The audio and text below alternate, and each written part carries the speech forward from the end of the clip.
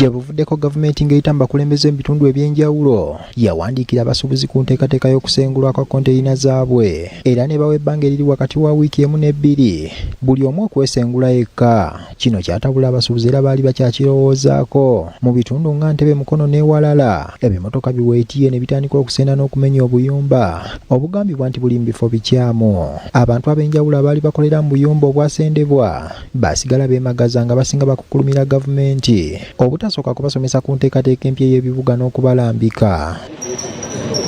Enkyaleero abasuubuzi mu kibuga Ntebe ne Katabi balaajanidde bekikwatako okusooka okuyimiriza enteekateeka eno basooke basomesebwe. Tawuni kanso yabbye abantu ebajjako layisisi ey'omwaka ate nebagoba nga omwaka tegunakola ki tegunagwawo ebanga basayininze contract twasayininga contract n'abantu ya mwaka mulamba kubanga layisisi eba ya mwaka. Gavumenti tefudde bannannyini ku bifo byabwe. Kubira omulanga gavumenti trade order ebanga ekolebwa kino kitwenge ekyokuyiga nti wabengawo enteekateeka ennungi egenda okubanga tekosa abantu baffe ababulijjo kubanga bano abantu betugamba